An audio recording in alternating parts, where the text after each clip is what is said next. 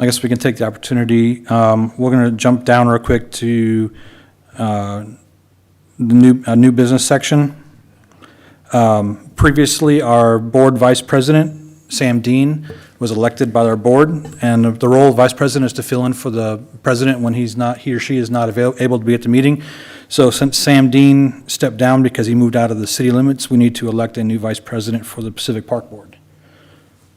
So at this point, we can open up for nominations. I nominate Kim. Do we have a second? I second that. Okay, do you accept? Sure, thank you. Okay. All right, any comment? Any additional comment? No? Okay. Not on tape, sir. All right, any other nominations? All right, well, seeing none, all those in favor of Kim Walton being the Vice President of the Pacific Park Board for the until January of next year? All those in favor, say aye. Aye. Aye. Aye. Any opposed? Abstentions? Motion passes. Thank you, Kim. Thank you. We're still working? No, you're live. Okay, good. All right. With that, we'll go back to our presentations this evening. We do have two presentations, one from the American Ramp Company about the Skatepark Initiative, and the second one about our Navigate Building Solutions with an update on our Pacific Pool Planning Project. At this point, I will invite the American Ramp Company and the Pacific Skatepark Initiative group to come forward.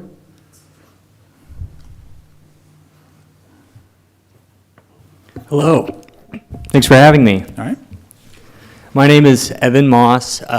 Like you said, I'm with American Ramp Company. We're an action sports design build firm based out of Joplin, Missouri. So skate parks, bike parks, pump tracks. We've done work in all 50 states in over 40 countries up to this point.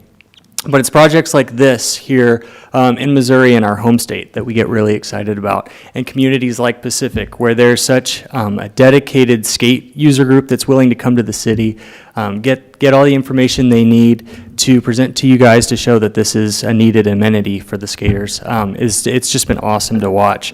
I remember telling them so they sent me the link of their presentation after they did it, and I watched the whole thing, and it's probably the best one I've ever seen from skaters in this area, and skaters presenting to a city. So really awesome to watch. Anyway, we went through a design process, and we got input from 40 plus skaters online, as well as here at the community engagement meeting. And so kind of how this will work is we'll briefly go through the survey results that we collected, and then the moment you guys have all been waiting for, we'll present the design and show. You'll be able to see the input put into the skate park. And then the big part is this is the first revision. So we want to be able to get the input on what the skaters want to see, having seen this first revision. And we got a cool drone that does topos, and I came out here a little earlier and got that site-specific information specifically for that site at Community Park. And so we're still working to make sure it fits exactly, but the concept here is what we want to show to make sure that it's what the skaters here in Pacific are wanting. So, Steve, if you'll pull that up, we'll just briefly run through this. If you'll go to the next slide. So, the first part of the online survey is getting information on the skate community here in Pacific. And so you'll see here we want to gauge the skill level of the riders. And so you'll see about a third are beginners. So we want to make sure we're catering to the beginning users, that somebody can roll up on a skateboard and not be intimidated, and find areas for them to be able to ride on. And then you'll see a big portion of that is intermediate riders. So these are skaters that are comfortable on a board, that can do your basic to advanced tricks, that are going to want something a little more advanced, and then you'll see there's also a good chunk of advanced skaters. So adding features in the skate park that are that are going to challenge them as well. So we want to be able to cater to every skill level at this skate park. And so if you'll go to the next slide here, you'll also see how often your skaters here in Pacific are riding. So over 10 survey applicants are skating every day. So that's awesome to see. You've got over 16 there that are skating on a weekly basis, quite a few that are skating monthly, seasonally. Nobody's skating annually or never, so you love to see that. That's great. But this just goes to show how often your skate park here will be used, and I think it'll be used on a consistent basis. Ready for the next slide? Here's kind of a fun word graphic here from the input, so you'll see how often people are riding. Years pops up the biggest. So skateboarding is one of those sports that you don't really grow out of. You can start at 10 and then find different parts of the skate park that still appeal to you. So you're going to see probably your younger riders are going to be more into the street, so they'll be jumping down stairs and rails, and as they get older, they'll probably be more into the bowls because it's a little easier on your knees. But it's something that you don't necessarily have to grow out of. Tony Hawk is 52, and he doesn't plan on stopping. He just broke his femur bone, and he was walking 2 days later, and he's skating his vert ramp like 3 months later. It's insane. But this just goes to show how often or how long your skaters here have been skating. And so, ready for the next slide. This shows the age ranges, which again attests to that. Most of your skaters here are in their 30s, several in their 40s and 50s. And it's good to see the younger skaters too, that you've got kids under 10 that are skating, and that they'll progress into that older age group. So that's awesome to see as well. So this is also just goes to show that the site you guys have selected is a great site, that it's accessible for the skaters here. Almost half of the skaters, this will be within 3 miles of, and even for the skaters that's a little further, 4 to 6 miles, 7 to 12, it's not all that far. So great site there at the community park. Next slide. What do you ride? So we want to hear what we're catering the skate park to. So if it's going to be heavier on the skateboards, on the BMX, scooter, inline skates as well. And so we're seeing here that your user group is mainly skateboards, but there are quite a few BMX too. So we want to take those into account whenever we're designing this. Another word art here. So where you're presently riding, skateboard pops up, that's great, but specific skate parks, you'll see Washington, Missouri, Burnsville, so that's great to see, just kind of the local parks there. Next slide. This goes to show how or when your skaters here are skating. Evening makes the most sense because it's not as hot. When I was doing that survey, I was out there for probably 15 minutes and just drenched in sweat. It was so hot. So once the sun goes down, that's typically when you'll probably see your skaters out there whenever they get off work and head out to the park, and when it's cool. So and this is regarding a multi-use facility. Goes back to what people are writing here, and how interested the people here are at catering to all of those. So multi-use would be skateboarding, BMX, inline, scooters. So almost 2/3, it looks like, really want to make sure that there's something for everybody there. Most people are neutral, a few low interest there, but it looks like the big appeal here is something for everybody, which is great to see. Another one here, which shows favorite features at the skate park. So ramps pops up pretty big. Bowls, mini ramp showed up several times. The different skate park street course. So this is just cool to see what people are specifically wanting at the park. All right, we'll go to the next slide. And another one here for the specific features. Bowl pops up again, but lots of rails, stairs, rails and ledges. So this is all going to be catering more to the street style, which we'll get more into here in just a second. So we'll go to the next slide.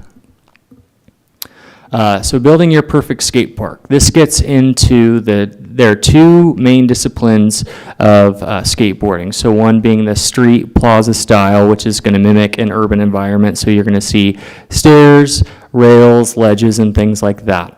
On the other side is transition skating, which is more associated with bowls, quarter pipes, banks, and things like that. And so those are your two. And so there are some skaters that gravitate more towards street and more towards transition skating. And so this will show the split here. So there's quite, actually almost half, want it to be kind of an even split there to feature different elements for both, which is great to see. And then there's quite a few strictly in the street plaza and a few in the transition bowl skating. But overall, a pretty even split. So we'll go to the next slide. Rail preference, this just gets really down into the detail.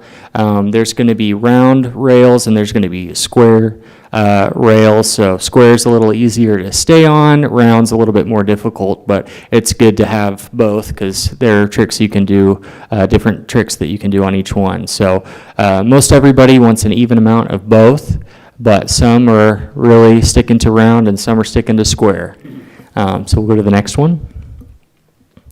And this is where it gets quite a bit more detailed. So the skaters here are going through specific features and saying what their favorite features are. So you're going to see that ledges comes up pretty high, gaps come up pretty high, bank ramp. So this is all information that we take back whenever we're designing this to make sure that we're putting those features ranked highest into the design. So that gives a pretty good breakdown in specifically the street plaza section amenities.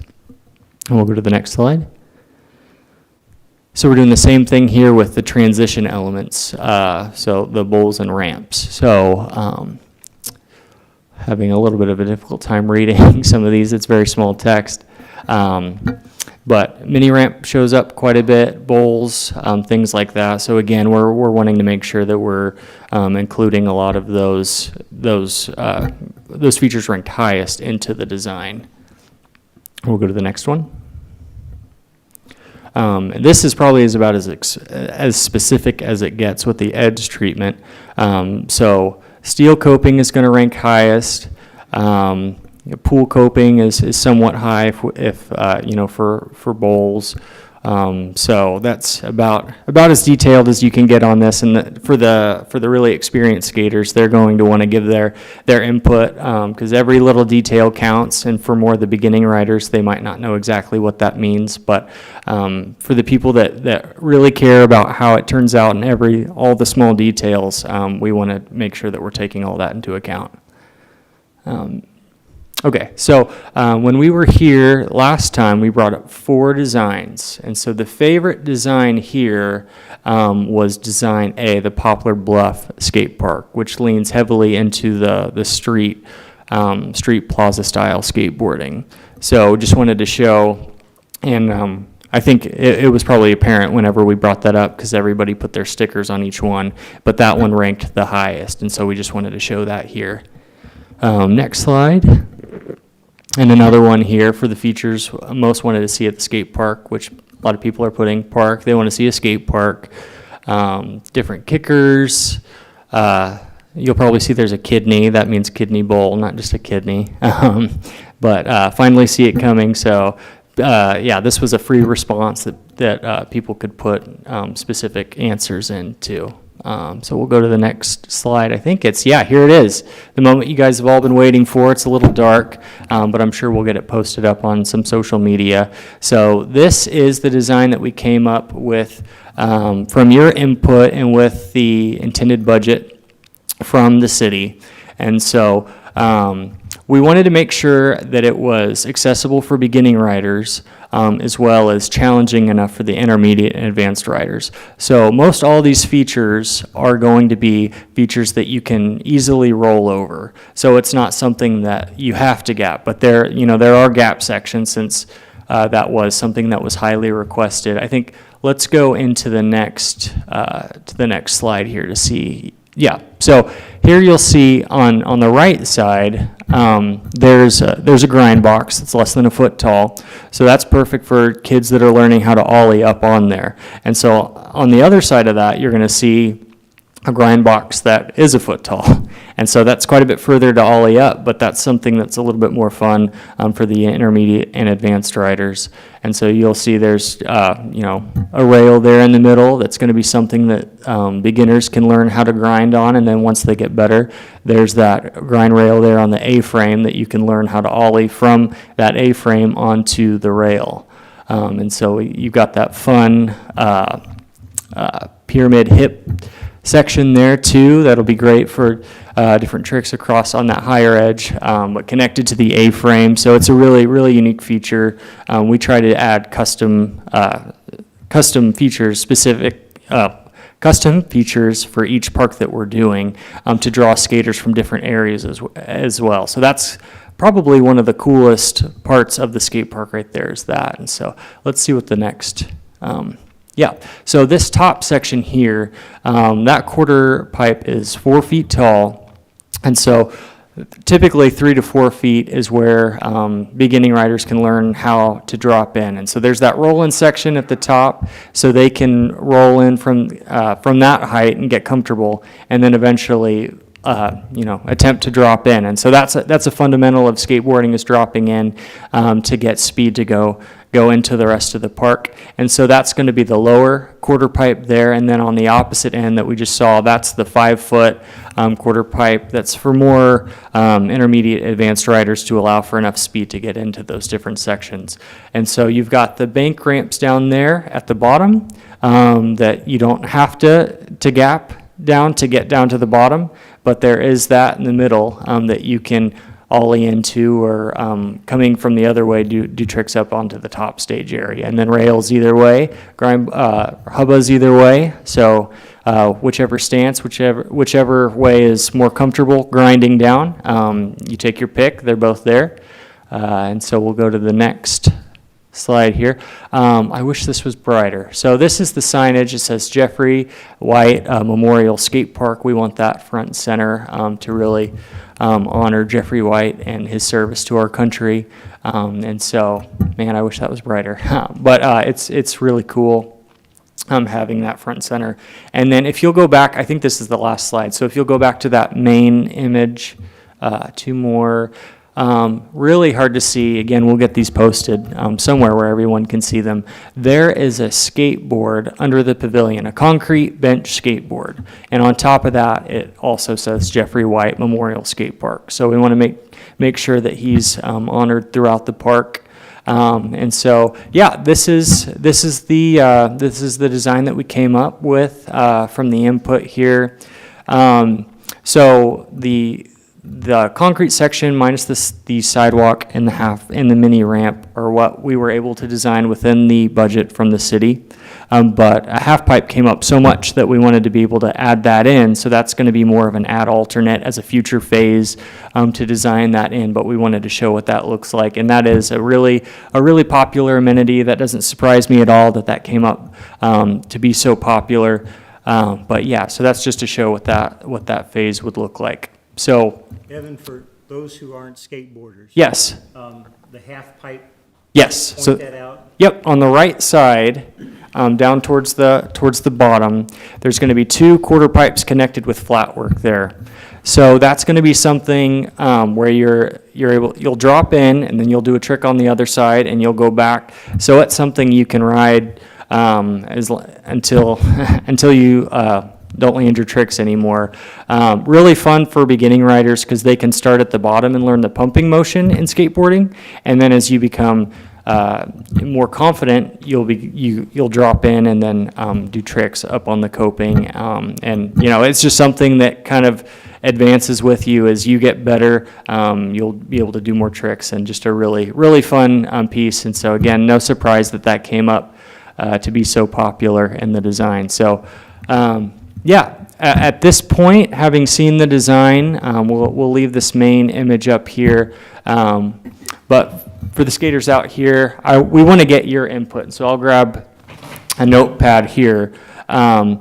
Since this is the first draft, essentially, we want to know what tweaks need to be made to this, because ultimately it's your park. You guys are the ones here skating the park. We'll come up because it's a lot of fun and it's close, but you guys will be out there daily, weekly, and we want to design something that you guys can be proud of. So, Two things before. yes. Before we do, based on my conversations with you earlier, I just want to point out that the gazebo that you see in the top of the picture is the existing gazebo. Yes. It's not a new one, okay? So Yep. that's coming off, the existing gazebo is what they're proposing that we would do. Yep. And then just for clarity, the rounded sidewalk section that you see is not included in the original, or in this draft. Correct. All right, it's an add-on, as well as that half pipe. It would be more money if we wanted to add it. Correct. Okay. So tying into that gazebo there would add tons of shade, seating area for breaks, and we just think that would be ideal, having that kind of hub at the top so you can get ready, take breaks when you need, and then basically drop right into the skate park and go for a run. But yeah, absolutely. So what's the best way? We can have people come up if there's any, or we can raise hands. Put your picture up on the easel. Oh, yeah, absolutely. So here's our poster. We'll leave this here with you guys to see. It's the same as what's up there. But you guys, talking to this.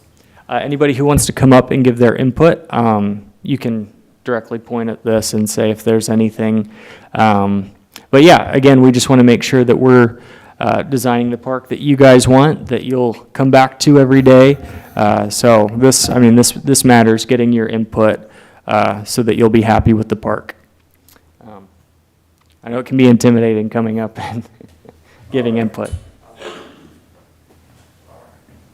So I just have a question. Is the elevation from this addition here, is this all the same here? From here over here is all going to be the same, Okay. same elevation. Now, I love the design personally. On the word cloud thing, I saw the bump track quite a few times. Oh, And I was just wondering, how much of a cost difference would it be just to put a few little humps here? Rollers? Yeah, you know what I'm saying? So, Yep. because I mean, that would cater to the beginner too, and, Yep. but I love the knee high, I love the entry. But that's really my only, I guess maybe something here, because that would be the natural flow, maybe like just a little pop back, I don't Okay. know. Sure. But, if it wasn't going to be a huge cost difference, I would love to see. Yeah, I think that'd be really cool. Yeah, I'll write that down. I'll see Awesome. what we can get done. That's it for me.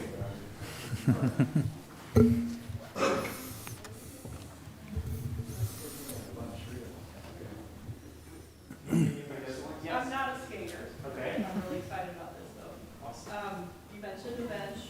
Yes. Underneath the gazebo, are there gonna be other places to sit? I- Like, if somebody just wanted to hang out and watch? I think there's existing seating in the gazebo, which we don't have in the rendering on some picture tables. So, Like yeah. around the, around the, Oh, we can definitely look into that for sure, yeah. So, yeah, I'll make it out. Also would be an opportunity, we do, the city does have memorial benches and stuff that go around some other of our other parks. Oh, okay. This could potentially be an opportunity to invite people to have a memorial bench too. That's awesome.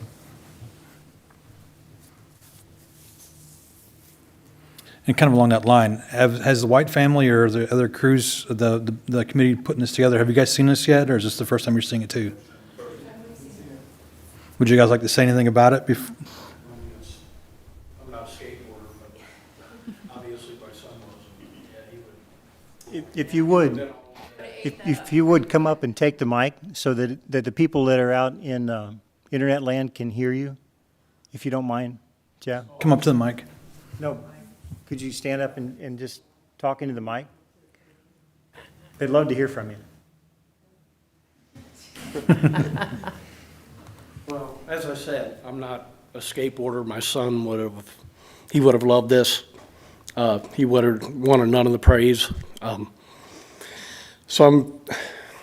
Once again, we're proud of the community for doing what you guys are doing to honor our son. Everything helps us cope, and this it just makes us, we've always been proud of our son, but this is a lasting tribute to him, and I think it would be a great addition to the city. Absolutely.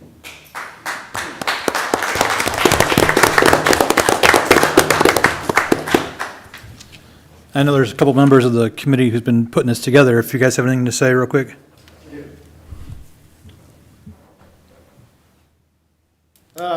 For those of you who don't know who I am, my name's John Feltz. I'm one of the original 3 people who brought this idea to the Parks Board. This all started with a conversation on Facebook last fall. And I want to thank everybody for being here tonight because we've made it this far. So, I can't express what it means to me, to all the skateboarders I've ever known. I can't express what it's going to mean to young people in our community who are going to grow up here and will have an opportunity to express themselves with a sport that, is long overdue for the attention it deserves. My feedback for this skate park design, it's amazing. What could be better? So thank you all.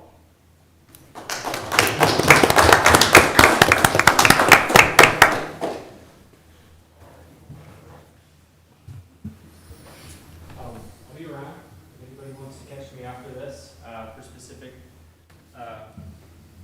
input on this. So again, we're beyond stoked to be working with you guys and be able to team up to make this happen and to honor Jeffrey White and his family. So thanks again so much for having me be part of this process with you all. All right. Before you run off, I have actually a couple of questions real quick. And not to distract from the presentation itself, I just, how easy is this to maintain for the city? I mean, we have our parks director here who's going to have to be going out there and making sure that there's, no issues with the concrete. Are the edge railings, are they replaceable? Is the railing, is the grind rails, are those replaceable in case that there's a need or? Absolutely, yeah. So being concrete, it's incredibly low maintenance. It's in line with any of your other park amenities to see 20 plus years out of this. So playgrounds, that's typically the lifespan of those. So you'll see 20 plus out of this. A lot of the maintenance is mainly, so there's a lot of colored areas here. So that'll wear over time, and just to keep it looking nice, repainting those areas.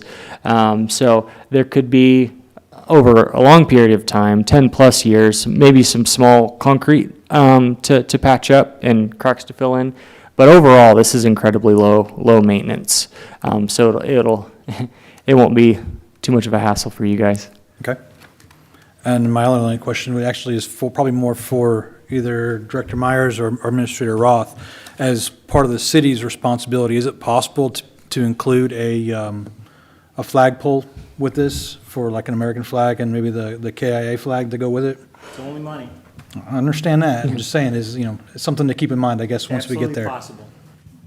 Okay. All right. Anybody else have any questions? Mention the flag. Good job. Chris, do you have any questions or concerns on this? No, I don't have any. Okay. I do, just procedurally. So you say this is the first revision. Yes. And so there will be further revisions, and those will be then submitted to the park board at a future meeting, I assume, correct? Can be, yeah. So the main revision, like I said, we got a topographical map of this, so making sure it fits in the site, but with the same features that we've included here. If there are revisions requested from the skaters, then we can figure out a way to present that to everybody. So, yeah, whatever you guys need, we'll figure that out together. Yeah, ultimately, the park board needs to take some action on it, basically Okay. recommend it to the Board of Aldermen, the concept, the site design, and the site itself. And I don't think we're ready for that tonight, as I'm gathering, correct? I mean, that, we're not at that phase. Yeah, correct, right. So, yes, again, then I think the next step would be refine it some, nail it down, get into a final form, and then the park board would take action ultimately to the Board of Aldermen. The end result from the city's perspective is the city has approved this concept and site, right? And so then the committee would take that and say, okay, because you guys have been fundraising so far, this is the project. And from that point forward, you know, the fundraising would continue and just kind of go from there. But at least everybody be on the same page. Yeah. This is the project, here's where it's going to be. Okay, Yeah, that sounds good. That's good to know. yep. Okay. So we don't need to worry about taking any actions tonight, but tabling the, you know, I guess it'd be tabling the approval until later on. Yeah, it seems like obviously they want to go through a little bit more refinement, and so that's fine. Yeah. Okay. No action needed tonight. Okay, Okay. all right. Do you, by chance, have an update on fundraising? Or is that something that's still kind of ongoing? I mean, I know it's ongoing, but, Our last estimate, we were at about $17,000 in community fundraising. Okay, and that's not including the Pacific City contribution. I believe that figure was including that contribution. Lisa? No, it's not. That's separate. 17,000 for community and then the 7,000 that you're contributing for the. I think that's right. Okay. Yes. So, there 24,000. you go. Oh, great, Okay. awesome. Just a very quick note, we live stream this, and in the feed, there's many comments from skaters Oh, over great. project features, and so Okay. this will be available, and we'll send you a link so you can look at it. Yes, that's awesome. Thank you. Great. All right, well, Thank you, thanks sir. again, everybody. Thank you. Appreciate it.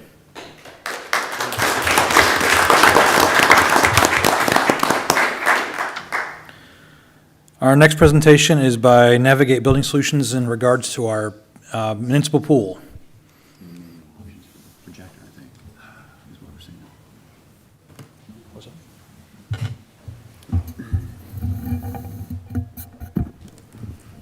All right. My name is Katie Aholt, and I'm with Navigate Building Solutions. I've met several of you on our coordination of other projects throughout the city, so thank you for having me here this evening to talk to you about the city pool project.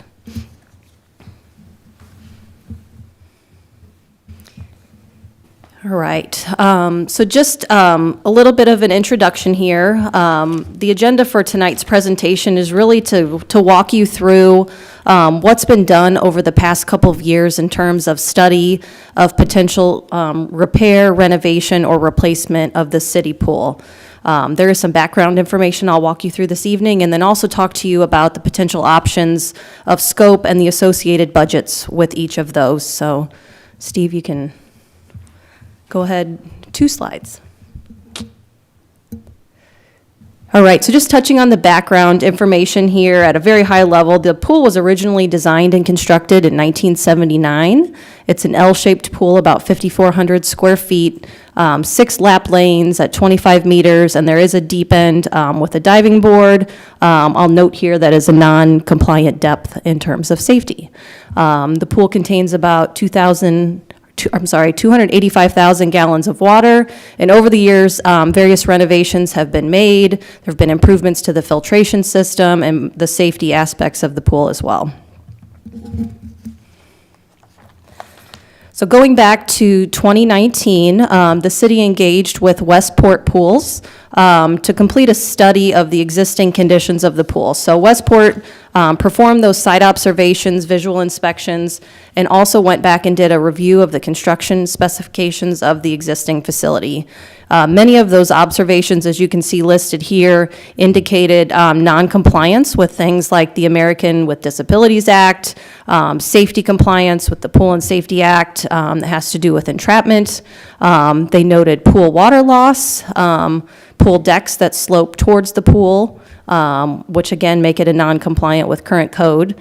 There's items that are non-functional. The electrical is not compliant with code. The pool filtration, pump, balance tank, really all of those components are undersized, not providing the water turnover that's required. And then there are just numerous structural and mechanical issues with the pool shell, the finish, and the deck, all of those components. So they provided some recommendations based on those observations for some additional testing. They did some strength testing on the pool shell itself, which did indicate that that meets the strength requirements. They hired a geotechnical engineer to do soil borings to understand what's happening in the soil below the areas of the pool itself. That did find that there are some highly expansive soils, which are not good when you're working below things like concrete. It can cause expansion and contraction and deterioration and breakdown of those built components over time. The last thing they did was complete some static water testing. The pool shell itself showed no meaningful loss. They did measure some minor loss in the gutter, but mostly significant water loss, indicating a potential break in the main piping lines that come into the pool. Also in their report, they developed 3 scenarios for the city to consider. We'll see those tonight, and those are referred to as repair, renovate, or replace. The next couple of slides just show some of those existing facility conditions that I referenced. The diving board, like I mentioned, the depth of the pool below the diving board is non-compliant with safety requirements. The gutter itself, there are issues with replacement pieces, and also mentioning that the pool deck slopes towards the pool. It needs to slope away. The picture there with the small hole, that is the drain for the pool, which the drain line itself has collapsed and is non-functional. So you can see on the right, at the time of my site visit, they were actually pumping water through a hose out into the yard as the way to remove the water at this time. These photos show you some of the interior conditions of the pump house. So most of the equipment is dated and is rusting or damaged. There's a lack of replacement parts available for a lot of this system. So if this were to fail, it's going to be very difficult to actually make repairs and get the pool up and running again. These photos show some of the structural and more cosmetic issues that need to be corrected at the pool. You can see at the top left, the concrete slabs have created trip hazards where they've settled. There are areas where there are kind of metal protruding through the concrete deck, again, are trip or safety hazards. The existing exterior lighting mostly does not work. There is a couple that do function, but a lot of those don't work or are out of service, or some of the issues that we observed while we were on site. This slide shows photos of the inside of the bathhouse. So at the time of the visit, the city was actually in the process of repainting the floors and spaces in this building. It is, however, dated. The plumbing systems have difficulty draining. There was a shower head that was dripping while I was there. There's electrical upgrades that need to be made. And just overall, the building itself is in a dated condition. Few additional slides of the exterior showing the front of the building. There are ADA parking spaces with a ramp up to the front door. One of the items we suggest reviewing is whether or not that actually meets ADA compliance or if it's just something that's been labeled as such. You can see on the right-hand side there is storage space that is utilized by the swim team. It's congested and unorganized and could be expanded upon if the city were going to consider renovations to the facility. Okay, so we talked a little bit about Westport's study. Now I'm going to touch on Navigate's project review and our role that we worked through with the city on this project. So as I mentioned, Westport gave you the 3 scenarios, the repair, renovate, or replace. What we came in and did is really validated the cost they included in their previous cost estimates. So Westport looked at the pool-specific components only, and like I said, that was done back in 2019. So one of the things we did with this study is work with them to understand what are the cost impacts that we've seen due to market conditions since your last estimate. So we've included escalation to take those previous costs from 2019 to today's current market conditions.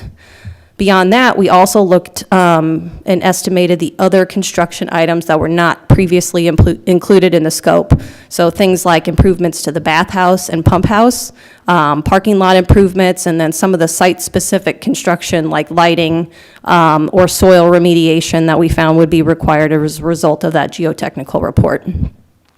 And then what we also do is we look at the total program budget, so we don't just show you the construction cost, which would be one of the contracts that you would approve during a project like this. We look at the total program budget that's going to include things like contingency, additional escalation to forecast a future bidding date, and then things like owner direct cost, which would be your design, project management fees, surveying, material testing, and all of those other contracts that fall outside of the actual general construction. Okay, so walking you through the repair and replacement scenarios. Scenario 1 is for repair only. Made the note here that really this just maintains the existing configuration.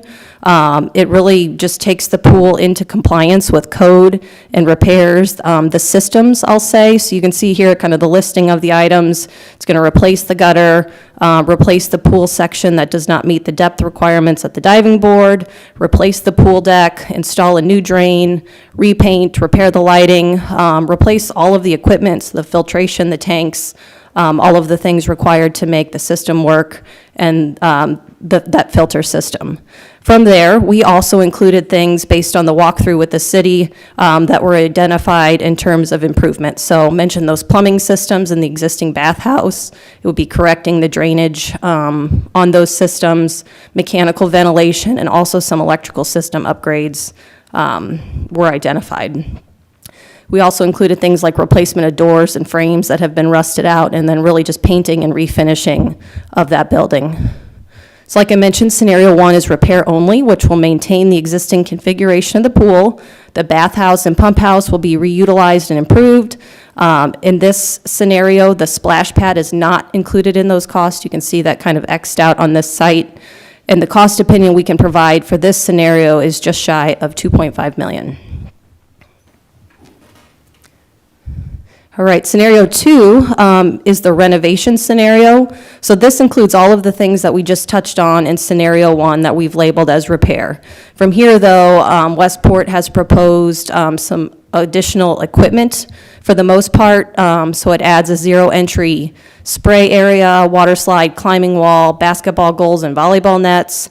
Some additional starting blocks and anchors at the deep end, a second diving board, and then the big addition here is that spray pad with a separate filtration system.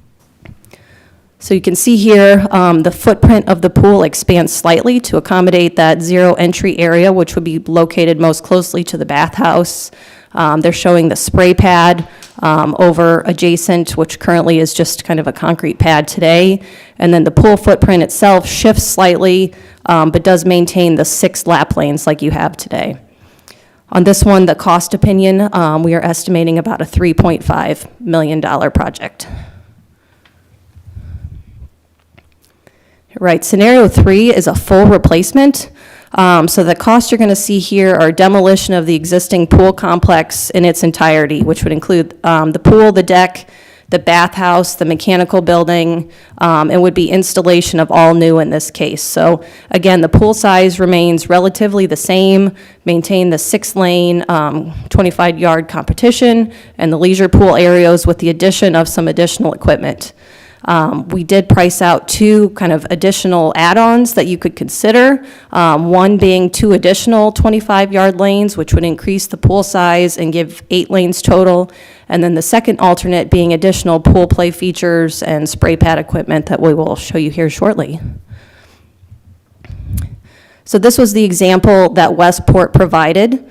That would be similar to the cost that we've estimated here. So the replacement option, you'll see here, we've labeled this as about a $5 million project, which does not include those add-ons. So at a minimum, we would estimate that being the approximate budget to accommodate a pool of similar size and scale as you see here. This is actually an example from Mexico, Missouri, but it encompasses all of those things that we've touched on in terms of the budget. All right, so these are the add-ons that we talked about. These are some examples, again, of nearby pools, a couple of these being in Washington. So it adds the potential for an additional spray pad, plus some aquatic play equipment or a water slide. So again, these are kind of add-on options. It does not replace anything that we've already talked about, that equipment that's included in the base bid. These are just kind of incremental improvements that could be added on at the city's discretion. So this slide here really just summarizes that budget that we've talked about. So again, looking not just at the construction subtotal, but forecasting in things like design contingency and escalation, factoring in those owner direct costs. You can see the scenario 1, again, about 2.5 million, scenario 2 for renovation, about 3.5 million, and then scenario 3 for the replacement ranging anywhere from about 4.6 up to 7, depending on those alternates that may potentially be selected. And then one more slide just showing kind of the side-by-side of each of these options. Again, maintaining the existing footprint, slightly expanding, or really just kind of blowing that all away and starting from scratch. Again, with the range of magnitude cost, just so you can see on one slide what the differences are between those options. Okay, the last thing I'll touch on is just a potential project schedule. So I know I've been working with Steve, and his biggest question is, you know, what's our budget? What can we afford? How does that impact taxes? And what does this also look like in terms of operating cost impacts and annual budget implications? So those are the types of things that the city would need to consider before putting this on a ballot for public vote and approval. From that timeline, we could then proceed into design and construction, which would be kind of varying dependent on the option selected, but potentially about a 6-month design turnaround, 2 months for bidding and contracting award, and then potentially an 8-month construction schedule, again, dependent on the option selected to get the new pool facility either renovated or replaced. So I'll pause there and see if anybody has any questions.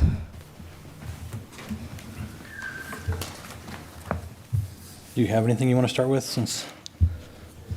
I understood everything. Definitely an expensive proposition, but Very much so. wasn't unexpected. No. Anybody have any questions? Katie, I wonder if you would maybe go back to the replacement option in just a little bit more detail. It does include, can you go back a few slides to that? So that is the Mexico, Missouri example. And just to be clear, the baseline replacement option does not include the spray pad.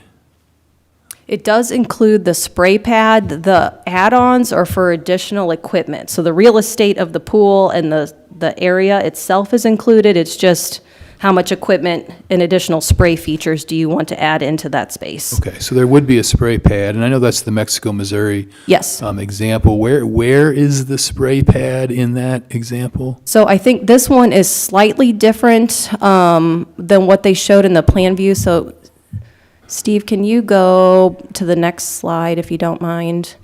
So here you can see on the left-hand side, that's actually the City of Washington's spray pad. So they have it adjacent to the swimming pool. It's fenced off, so it's designed for younger children and kind of a self-contained kind of area. That's an example that they said the budget that they've provided would accommodate something like that. Okay. And then the replacement option includes an all-new bathhouse, correct? Correct, yes. Yes.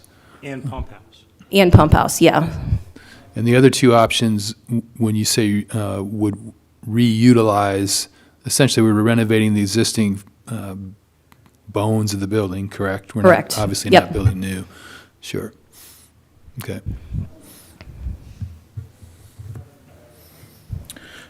You mentioned that the diving board area is not deep enough for safety. What is, so it looked like on the pictures, it showed 11-foot depth. What is required? Yeah, Would have to look back in the report. I don't know if Westport actually provided a required depth, but that's something we could look into. I know the cost estimate does include just replacement of that section at the diving board, so if you went with the repair or renovate option, it would correct that depth issue there, but I can get back to you and confirm what the actual requirement is there. I'm just going off memory, Ryan. I think it was about a foot short. Yeah, Meaning let's we'd see have if I can to find it here. make it a foot deeper. Sure. I think that was it. At least in that range. Okay, that's kind of what I was thinking too, but I just didn't have it for certain. Yeah, I can confirm that with them. It's not listed here in their report, but I'll check on that for you. Okay. I don't know, we just put in, what, 2 ADA accessibility chairs at the current pool? Just one. One? So I know those. To get that- into the pool. Yes. Yes, just one. There's Okay. one there. And Yeah, and that I- stuff will be able to be moved over, I'm sure, so. Yeah, I think they actually note in their report too that due to the size of the pool, you're required 2 ADA access points. So one could certainly be reutilized with the addition of a second. And this is, I'm not sure if this is an area that you guys are familiar with, but do we know if there's grants or anything out there that might be able to help fund part of this? I mean, I know in the past there has been, but it seems like there's been a drop-off in that the last several years. Yeah, I think we've talked a little bit about funding sources. So I know there's the Municipal Parks grant that's offered by St. Louis County. I know Houston, Missouri applied for a Land and Water Conservation Fund grant. So I think there are a couple of opportunities. I don't think any of those are huge dollar amounts, but certainly, you know, a couple $100,000 could offset some of these costs if you were able to pursue.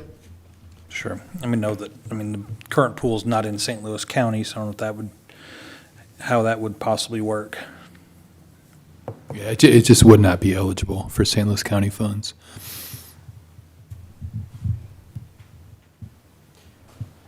Katie, is there any history that you know of from other communities that have found corporate sponsorships or any other kind of creative financing other than just to pass a property tax levy? Or Yeah, I'm not sure about that. I know in some of the photos and examples I've seen, there's donor names listed on things like a canopy or an umbrella or specific components. So I can say that I've seen where they may make a specific contribution towards a defined element. I'm not familiar with, you know, just donations towards the complex itself, but we could certainly look into that as well. Okay.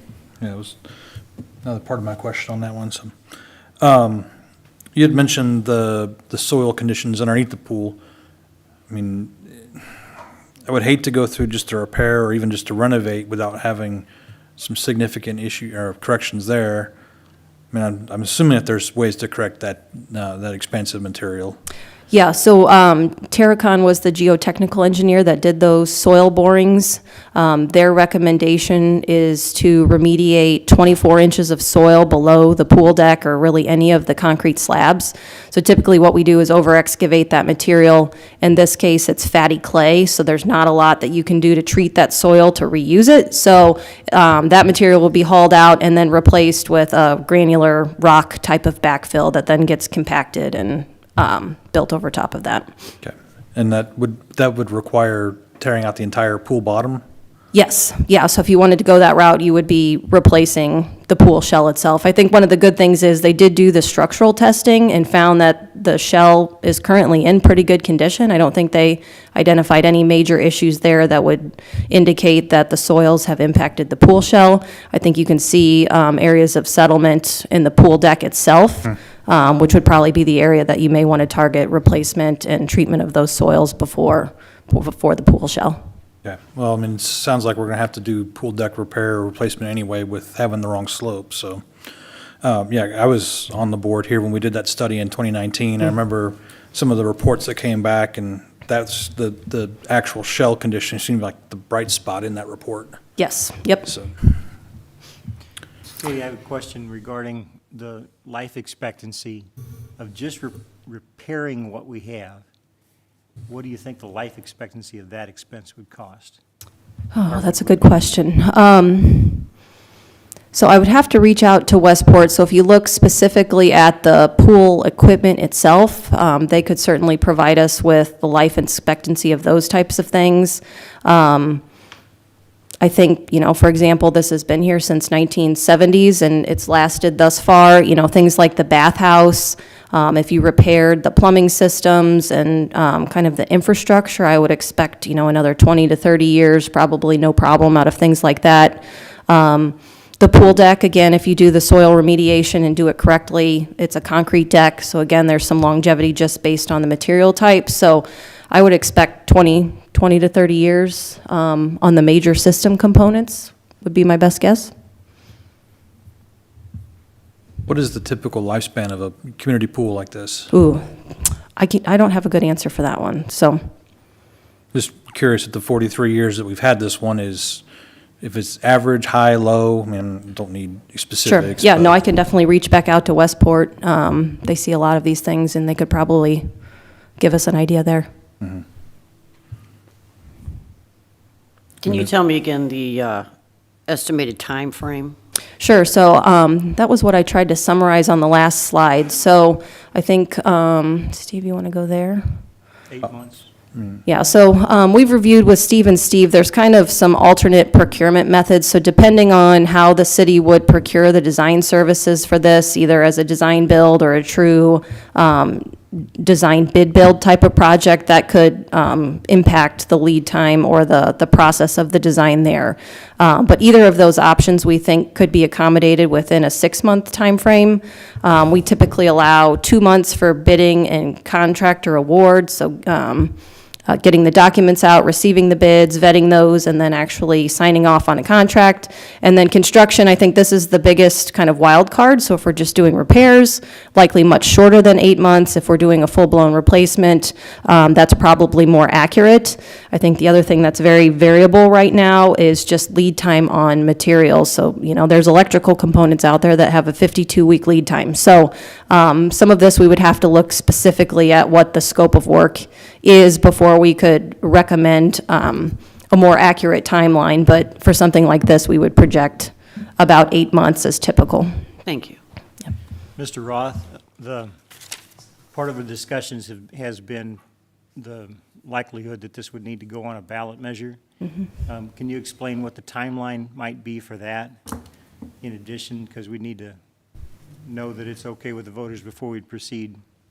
Sure. So I think what we've talked about is, this is just the upfront cost for the project. So obviously there's operational impacts for the city based on staffing, utilities, all of those things that would change based on the option that's selected. So I think it would be important to get consensus around the option or the best fit for the city in terms of scenario. We could then work with the city and bring in alternate resources, work with other municipalities to develop what those operating costs are, look at how those get budgeted, and then it would also be up to the city to confirm, how they're going to fund this. So what type of tax increase, what does that do to rates? And those are the things that I think are important to do before this would get put on any ballot. So we've talked that it's important to have a visual. So if this were to go to a ballot, we want something that more accurately represents what it is that the voters would be getting with approval of the project. So those are the things that would kind of be the next steps from here. A lot of that, again, in the city's court to work through. So in terms of putting it on a ballot, it would be dependent on what you see as good timing for those. Yeah, the financial plan has been discussed, but there's been, very little actual action taken, many variables. There's one thing that the park board, the general public, everyone should know, we cannot do this within existing revenue streams. It's impossible. So there'd have to be some sort of tax increase of some type to support it. And That what include would that include the repair option as well? Would require that? Yes. Yes, I think so. You can pledge some of your existing revenues toward a project like this, depending on the actual construction cost. But even that 2.5 million repair is kind of beyond our ability to finance. The other important piece, and Katie just hit on it, is operation and maintenance. Was outside the scope of their report. If we do get serious and we want to propose a project, we want to know very clearly what those operation and maintenance costs would be. And that's another concern of mine. We have existing revenues that would, I think, support, operation of a renovated pool or potentially a new pool. But until we know those real numbers, it's hard to really budget. So there is a lot of work to be done on the financial planning side as well. I was going to look it up here real quick. You don't happen to know what our current operations cost with Westport for staffing the current pool is, do you? I don't have it at my fingertips. I think it's around 80,000 is the contract. And that's just the Westport personnel contract. Doesn't include any of our operating costs, electric, utilities, so on and so forth. Right.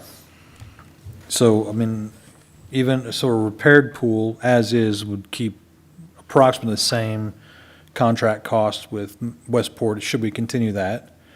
A renovated would probably add, another 2 people, 2 required lifeguards, at least 1. Yeah, possibly. I know of cities that have built new pools, renovated existing, added features, and those features in particular require lifeguards. And so, I've heard stories of old pools where they needed a staff of, say, 6 lifeguards, and new they now need 10 or 12. And so right there, you've doubled your personnel costs. I don't know that that's, specific to our proposal, but we would obviously anticipate some increased personnel costs for an expanded pool. Right. And we also know that a full replacement would definitely require an increase of staffing at a fairly significant level from where we're currently at. Yes.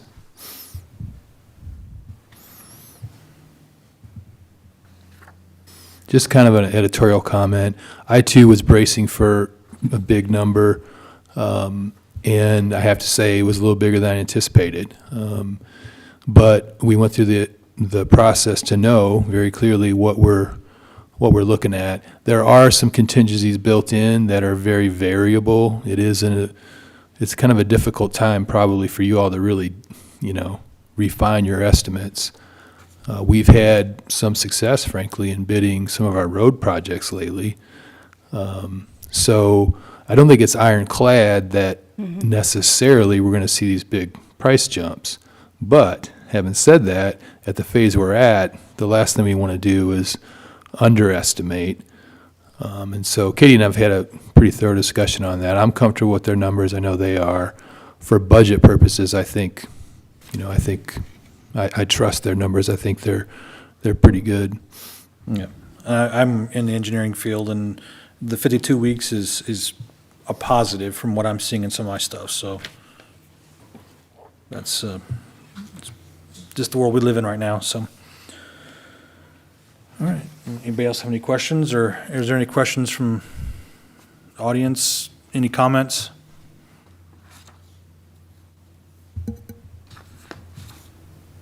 Anything? Nothing?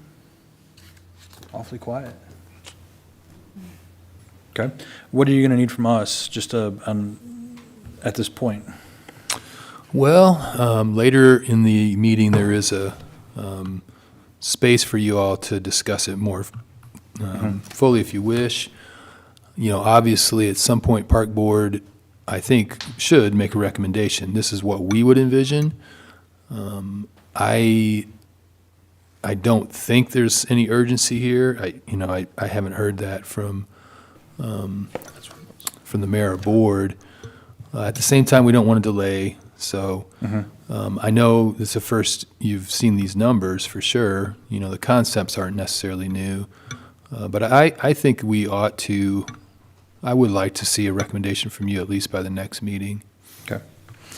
Given the current pool status and the fact that we now can no longer plead ignorance on ADA accessibility issues, things like that, what kind of time frame are we looking at before we just have to shut it down, in your rough estimate in your opinion? Ooh, I Now? think that's Sorry, I a heard. tough question. I think if there are specific components that could fail, and it's my understanding that replacement parts aren't really an option. So could that be next week, potentially? Could you get through another 2 seasons? I think it's unknown. Yeah, I think that's a hard estimate. I think the other compliance-related issues, it's been out of compliance, so it's kind of grandfathered in from a certain perspective, but I would be more concerned about kind of the mechanical components of the filtration and pumps and that sort of thing that would cause a more urgent need to shut down. Okay. I do think we need to think about, the cost of what the pool will generate as well. Something bigger, nicer versus what we got now. I mean, I'd like to see maybe some of that info too. Do we know about how many not registration, but season passes or daily passes are purchased? We do, of course. I don't have that at my fingertips. Good point. Yes, you would certainly expect to generate more admissions, more revenues. And I think that we would have to give you some type of estimate there. But I also would say it's very unlikely that we're going to break even in year one. If we Yeah. did, I think we'd be doing very, very well. Right. Yeah, I know in years past, we're lucky to get 50% of our operating budget back on passes. Sure.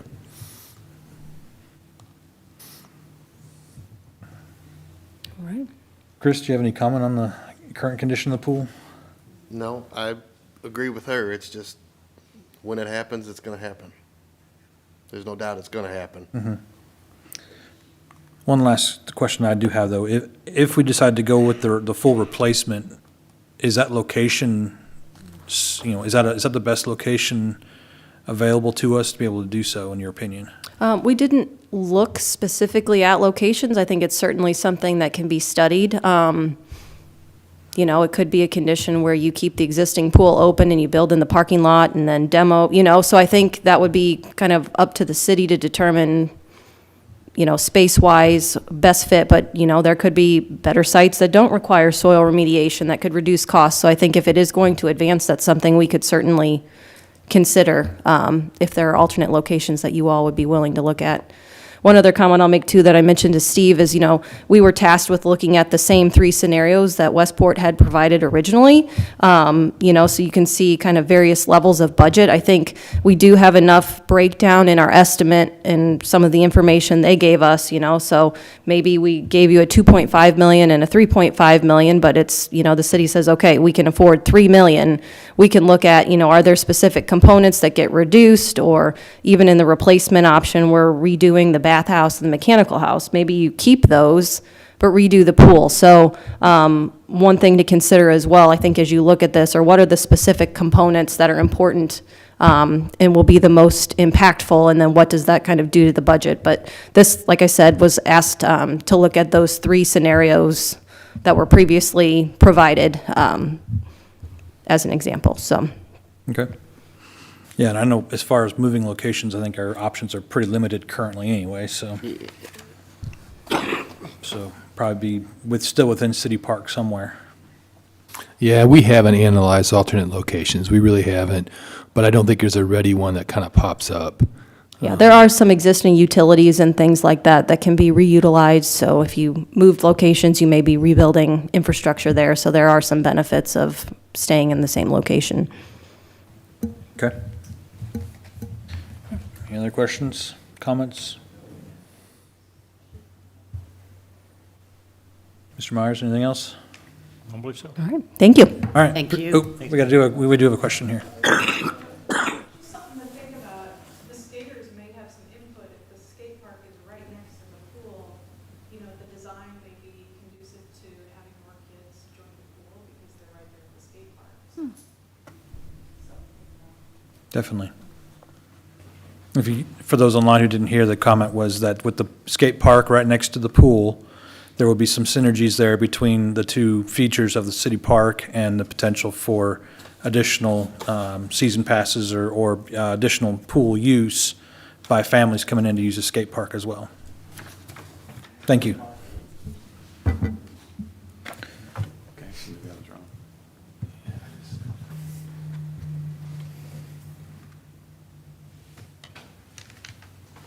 All right, anything else on the pool? So are we going to talk about it more later? Yeah. Like you said? Okay. All right, moving on to new business. So the first item of new business was about the Skatepark Initiative. I think after the discussions tonight, at this point, we need to table that conversation until we receive a little more refined discussion and plan from the skate park group. So can we have a motion on that?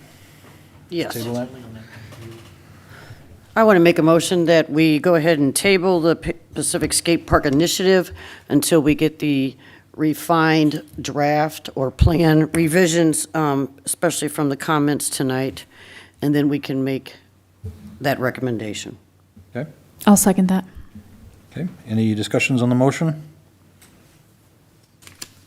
Seeing none, all those in favor, say aye. Aye.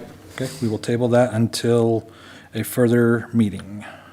I would recommend anybody who's watching or anybody else who is here, that if you have additional comments to make sure you get them to the American Skateboard Company or get them to Mr. Roth so he can pass them on. Or if you're watching on Facebook or YouTube, we'll try and get your comments in as best as we can. Next item is a recommendation for Pacific Pool Planning. We saw the presentation, we saw the costs. Anybody have an opinion or a discussion point on this between the three options, or if there's something else that, to bring up?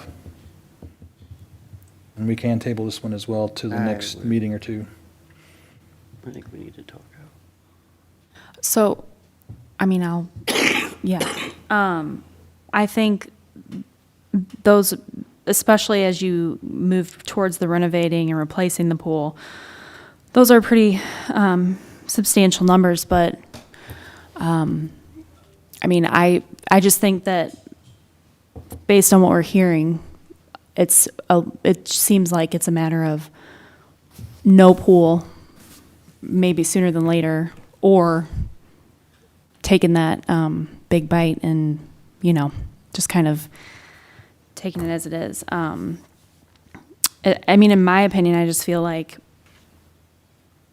if you're going to do something, you want to do it right and do it well from the outset. Mm-hmm.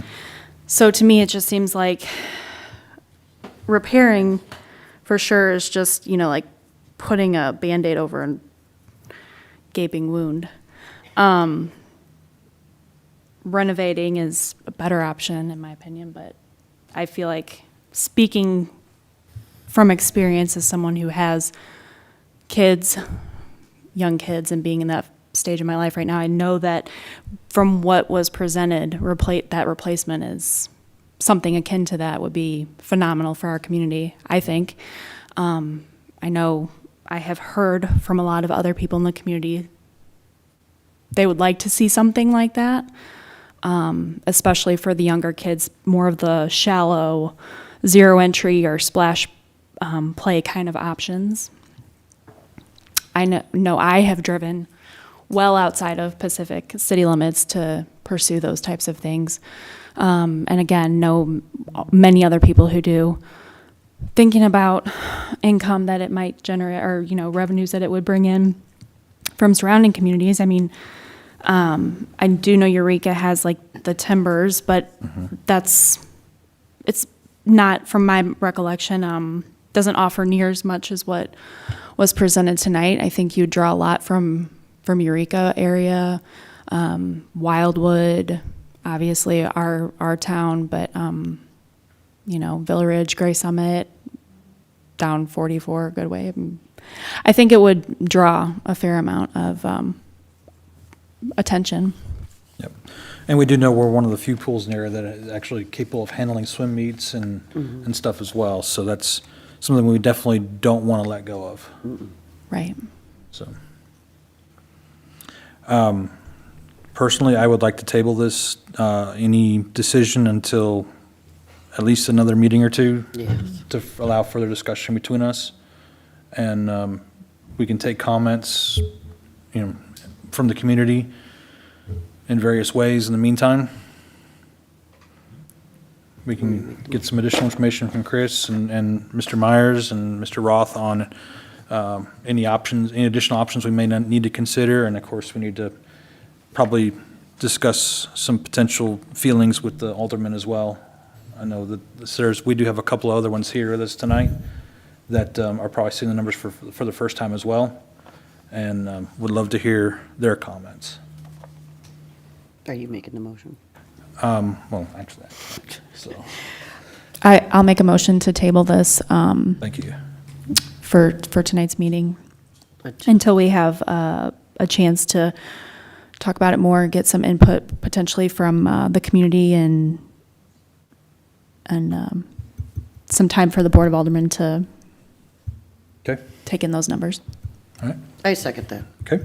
Any additional discussion on the motion?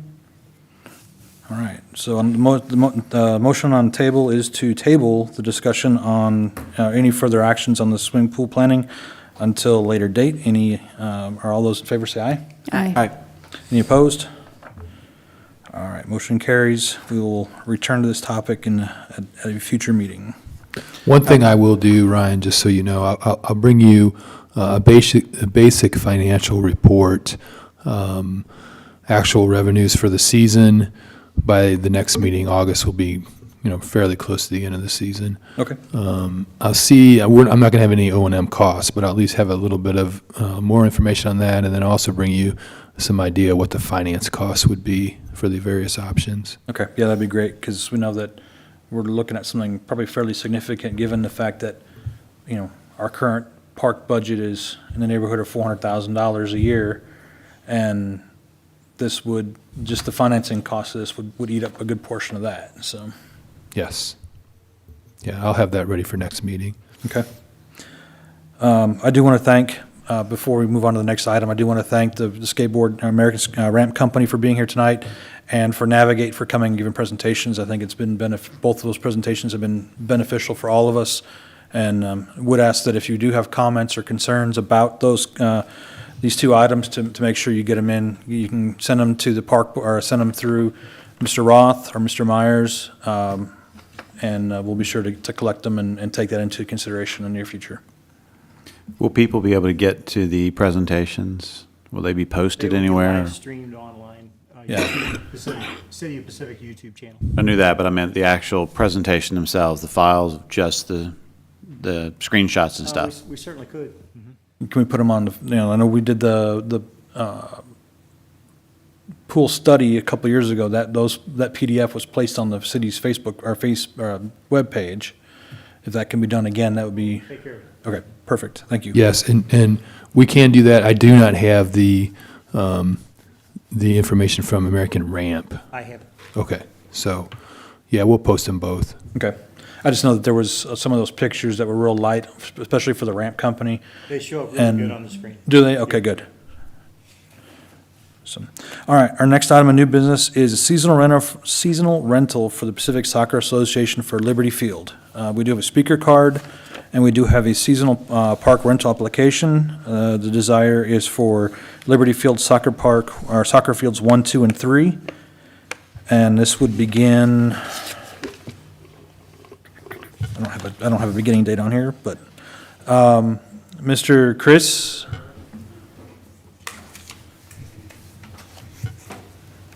If you would give your name and address, please? Chris Patoli, 801 Summit Park Drive.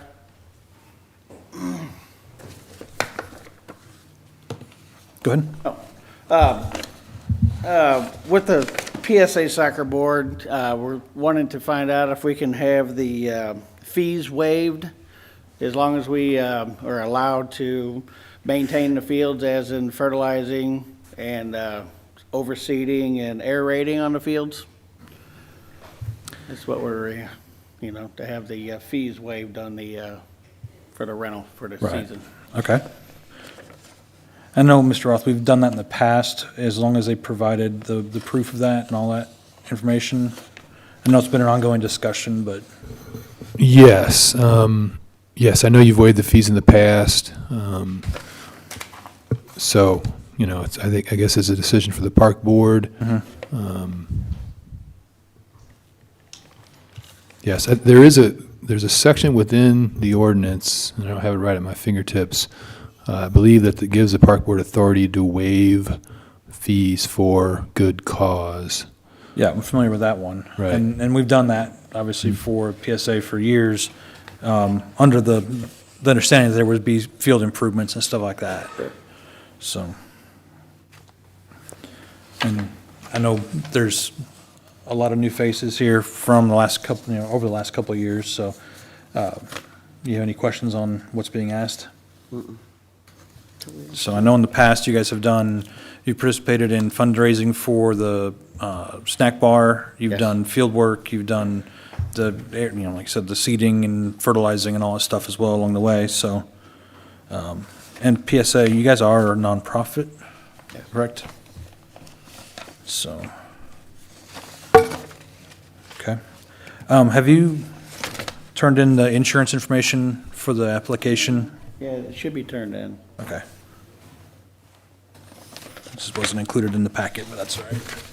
Do you know, Now we has, can get it handed over again. okay. You don't know if Kim or anybody's received that, have you? Yeah, there was some reference to the insurance. I don't know if it was the additional insured endorsement specifically that we need. I'm really not sure. I didn't look that closely at it. It was updated, right? Like the insurance was gonna, it was gonna not expire, but you know what I'm saying? Like the new renewal. That's what it was. That's what it was, yeah.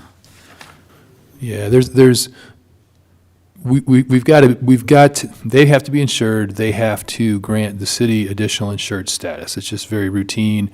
I mean, it should not be any issue, but we must have it. Sure. And then kind of part two of this, Ryan, is when we revise our regulations, it's been a year ago, maybe a little bit more, any seasonal rental requires a seasonal rental agreement. And so the city attorney drafted that with some input from myself, and that's also in the packet. Yep. And it has the insurance requirements and so forth. And then it also specifies that they would, that the way the agreement was written was that you can fertilize and seed it if you wish under the city supervision. We left out any sort of payment, that was, I guess, subject to more discussion with the park board. But the basic terms and conditions are in that agreement. It specifies that you have use of fields 1, 2, and 3, 4 and 5 are not included. Correct. Let's see, what else? Use of the concession stand, non-exclusive is the way it was written, which means the city would have the ability to allow others to use the concession stand. And I realize that you have a lot of equipment in there and so forth.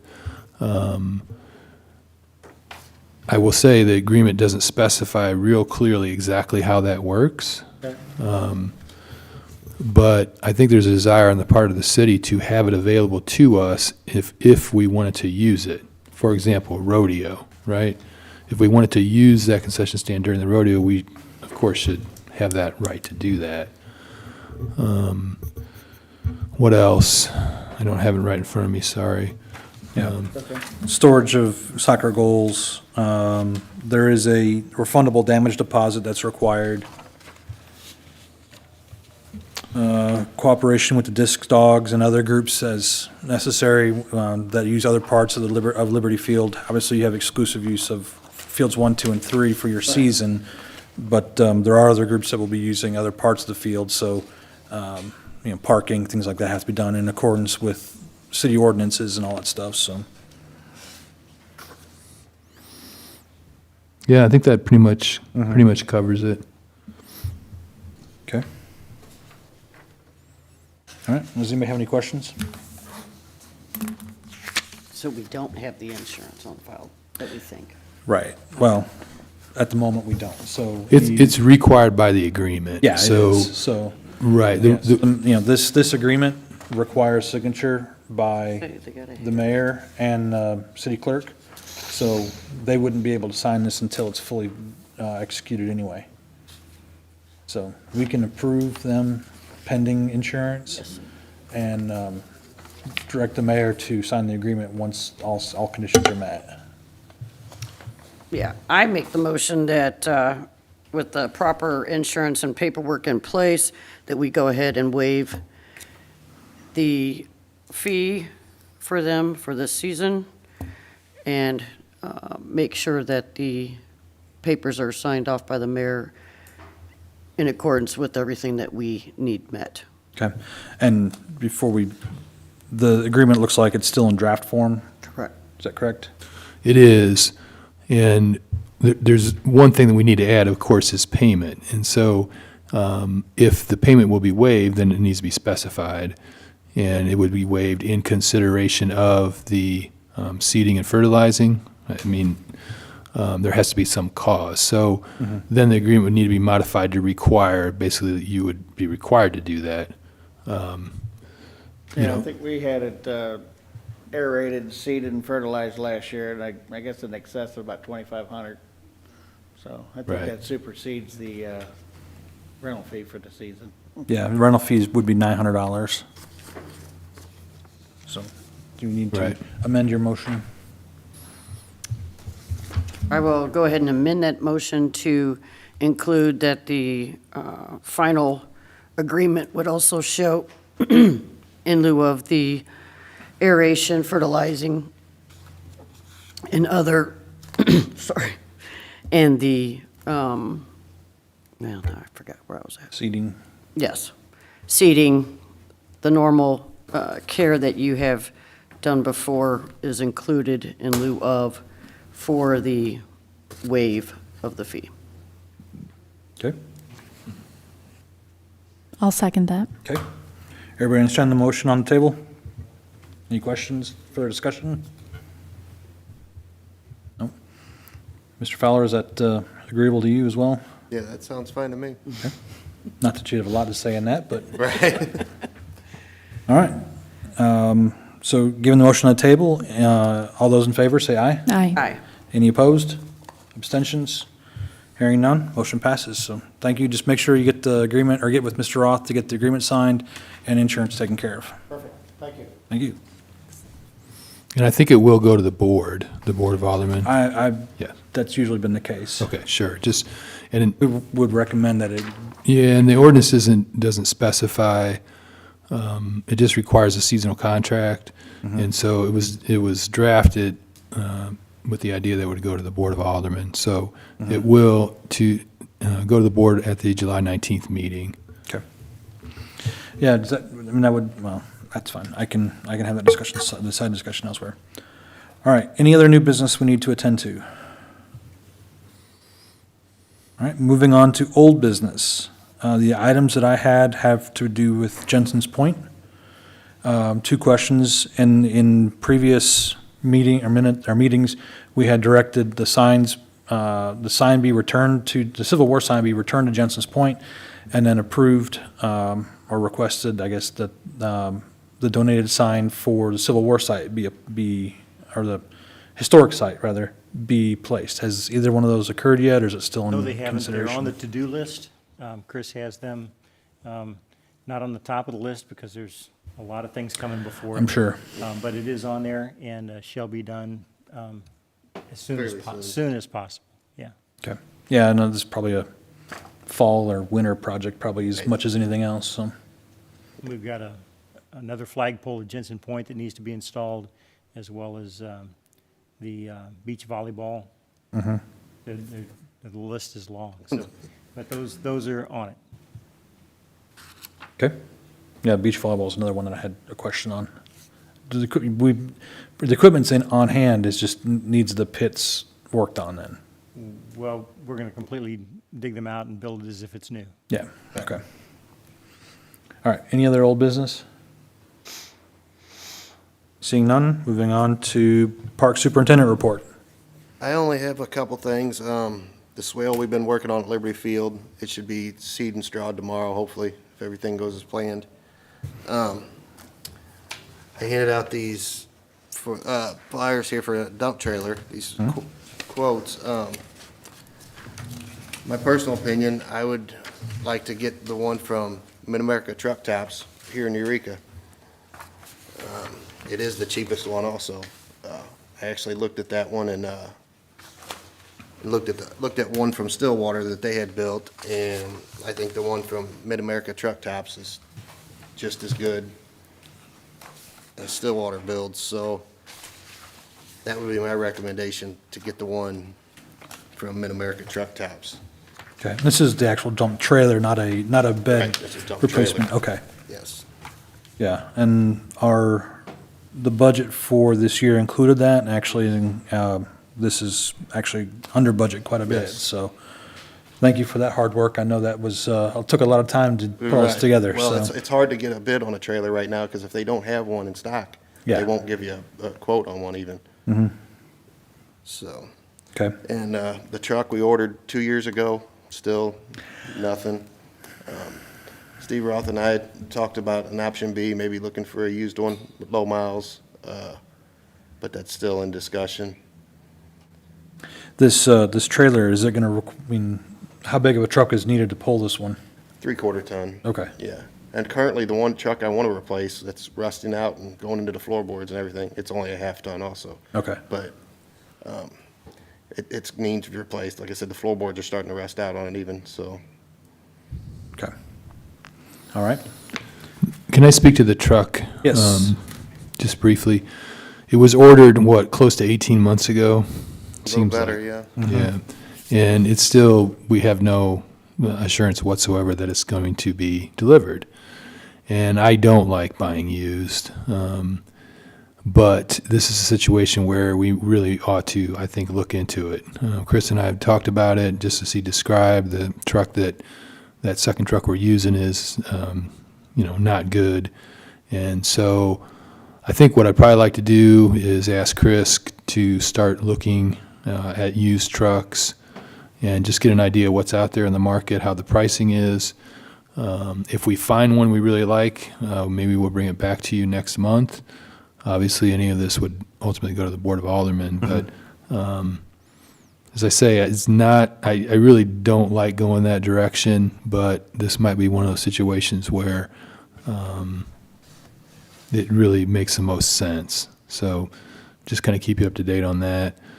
And then going back to the trailer, that, of course, is an expense that's beyond my ability to, or my authority to spend, so if the park board's in agreement, then I would request a motion to recommend that to the Board of Aldermen.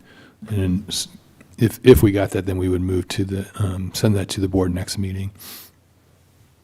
And just so it's not stated incorrectly, I just want to make sure that you said that the Mid-America was the least expensive. Correct. But when I look at the quote from Trailers Plus, it looks like it's the lowest. I'm all for following what you think's the best thing. The Trailer Plus was $15,509 total. They gave you a 5,130 discount for 11,005 cents is what they said at the top. Okay, well, I just spoke with the lady. That's fine, I'm today, just and saying she didn't say anything about it. She specifically said, which I didn't see that discount, so I didn't ask her, but No, that's fine.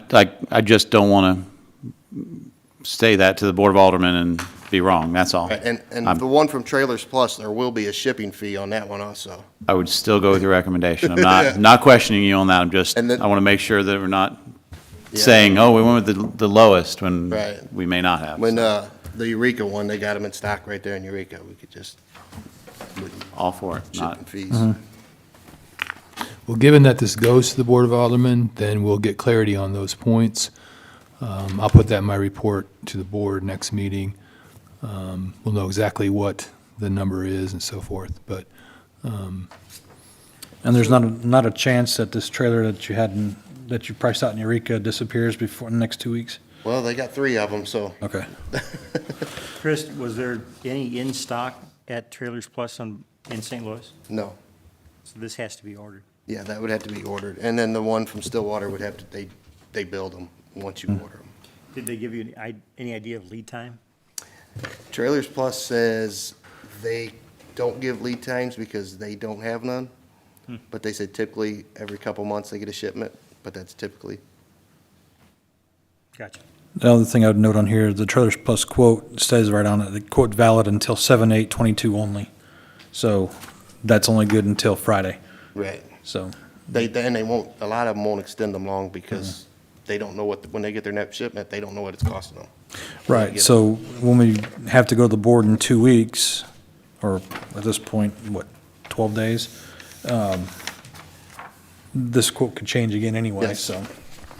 What- And after, on both the Stillwater and this one, after 30 days, they both get changed. Actually, the truck tops, they said once they're gone, then the ones on the lot's gone, then the price will Yes. change. Okay, And Stillwater's good for 30 days. right. Does the Stillwater one have to be shipped in too, or is that, They build them themselves. okay? Was that in Sullivan, I believe? Is that right? Yeah, I think so. Somewhere in that neighborhood anyway. They got a 573 area code, so, Yeah. Yeah, but they build them once you order them. okay. All right, so we need to send we need to have a motion to send the recommendation of purchasing the trailer from Mid-America Truck Talks to Board of Aldermen. I will make a motion to suggest to the Board of Aldermen the purchase of the dump trailer from Midwest Truck Tops. Mid-America. Sorry, Mid-America Truck Tops. Do we have a second? I'll second that. Any further discussion? Hearing none. All those in favor of sending this recommendation to the Board of Aldermen, say aye. Aye. Any opposed? Any abstentions? Hearing none. Motion passes. So, Mr. Cleve, if you would work with Mr. Roth to make sure that gets brought up. Will do. Thank you, sir. Anything else, Mr. That's all I Fowler? got. Okay. I actually have some questions real quick. I've been asked about it, so I wanted to pass it along and see what your thoughts of the condition are. We've been asked by multiple people to stripe one of the tennis courts for pickleball. Right. And I know that at least one, if not almost all of them, are in need of repair. Yes. And obviously, we don't want to stripe something that's going to get blasted in a couple of weeks or a couple of months to get, for fixing. So, Right. given that, so we can answer the questions that keep coming up, what kind of time frame do you think before we can, I know that there's a high priority list right now. Do you have any thoughts on where repairing the tennis courts is? I haven't spoke with the contractor that, any of the contractors we spoke with. I haven't spoke with them since several months, so I'd have Okay. to find out from them. Right, we need to revisit with them, find out what their schedule is, speak with Mr. Roth on terms of the process, and get it going, because Okay. it is in this bid. Yes. Or for this budget year. Yeah, I knew that. And, like I said, I don't think that it's, we don't want to spend the money of striping for pickleball when it's going to get, we have to resurface a good portion of it. Part of the plan is to stripe for pickleball once they are resurfaced. Okay, and we have, 4 courts? 4 courts. And how many do you think how many would you like to have From what I striped? understood now, from the contractor, you can stripe all of them for pickleball and tennis. Okay. If you prefer to do that. Or you could just do one just for pickleball and do the others for tennis, or however you want to do it. Yeah, I think striping them for both would give it the best use. But the question, I guess, would be how many do we want to do that with versus just strictly for tennis? Right. So, okay. That's all I got then. Thank you, sir. No problem. All right. Park liaison report. Actually, there's nothing from the alderman that impacts the park board Okay, at the last meeting. So if that changes, I'll definitely have something to report. sounds good. Director of Community Development report. I'd just like you to know that there have been 3 unsafe trees that have been removed from the city parks. The very first one, when you first go in, there on the right was a tall pine that's been taken out completely. And then the other one was over by the pavilion where you turn into the pool property. That one's gone. It was leaning badly and half dead. And then also the one at Adams Garden that was up behind the waterfall to the left. It was, the root system was right on the edge of the bluff and was posing a hazard to fall on a neighboring property. So they have all been taken out, and so There is some dead wooding that we want to accomplish. We'll do that in-house on some of the other trees that are around, and we'll be very vigilant to try to remove any of those safety hazards. Okay.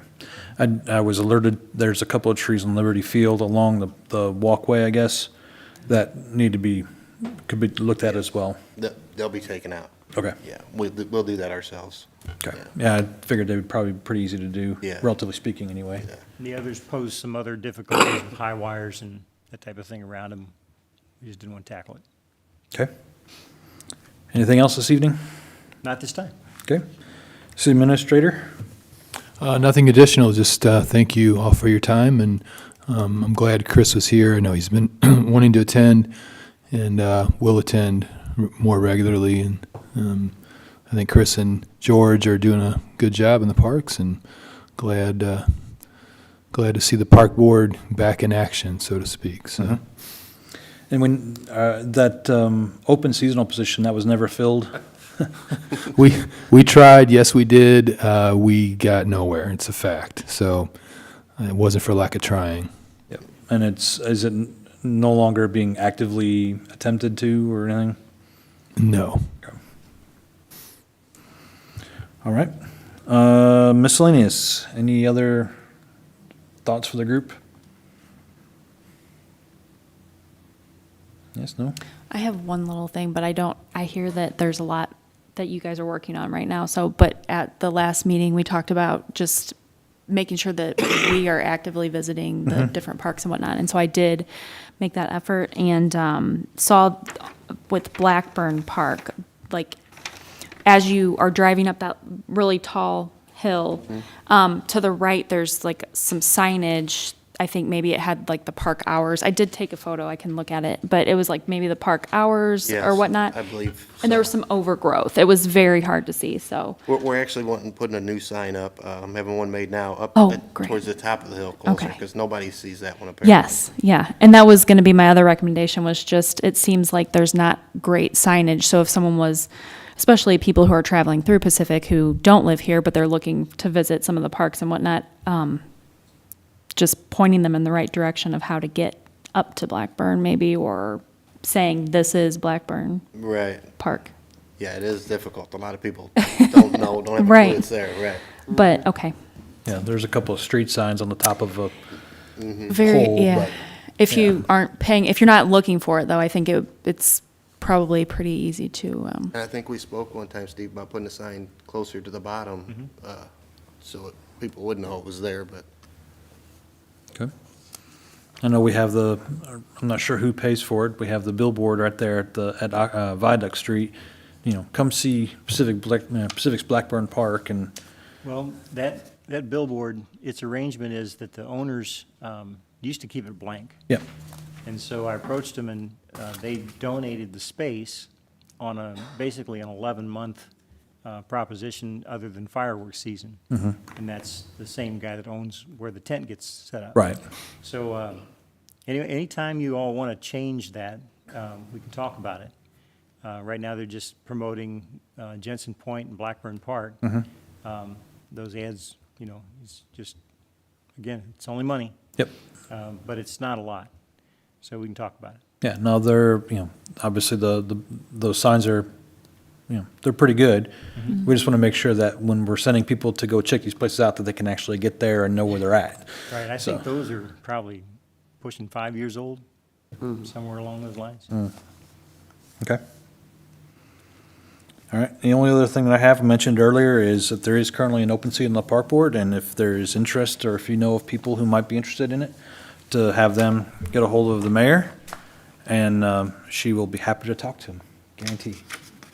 So, and with that, I will take the opportunity to thank everybody who came in tonight. I know there's a lot going on, and to spend just shy of 2 hours of your evening with us tonight, to sit through the presentations. Again, thank you to the American Ramp Company and to Navigate. Thank you to the aldermen who did come, that were in the audience tonight, to the mayor who's in the audience, and everybody else. I do appreciate you coming out and supporting the future of the parks of Pacific. Anybody else have anything? All right, can we get a motion to adjourn the meeting? Sorry, one thing. Next meeting, Yes, thank you. We still haven't really landed on that standing meeting date. I know it's been discussed to do the second Monday. Yes. That would be So, the 8th in this case, for August? yes. August 8th. It's fine with me. Yep, I don't have a conflict. Good? Good with me. Okay, I'll work it, yeah. so yeah, I think we can stick with the second Monday. August 8th, I believe. Yes, it is Yes. August 8th. So we'll plan on that. Okay, That will be at the regularly scheduled. 7 PM, yes. okay. We have a motion to adjourn. I make a motion, we adjourn until August 8th. I second that. Okay, any discussion? Nope, okay, good. Any, all those in favor say aye. Aye. Aye. Any opposed? All right, thanks for coming out tonight.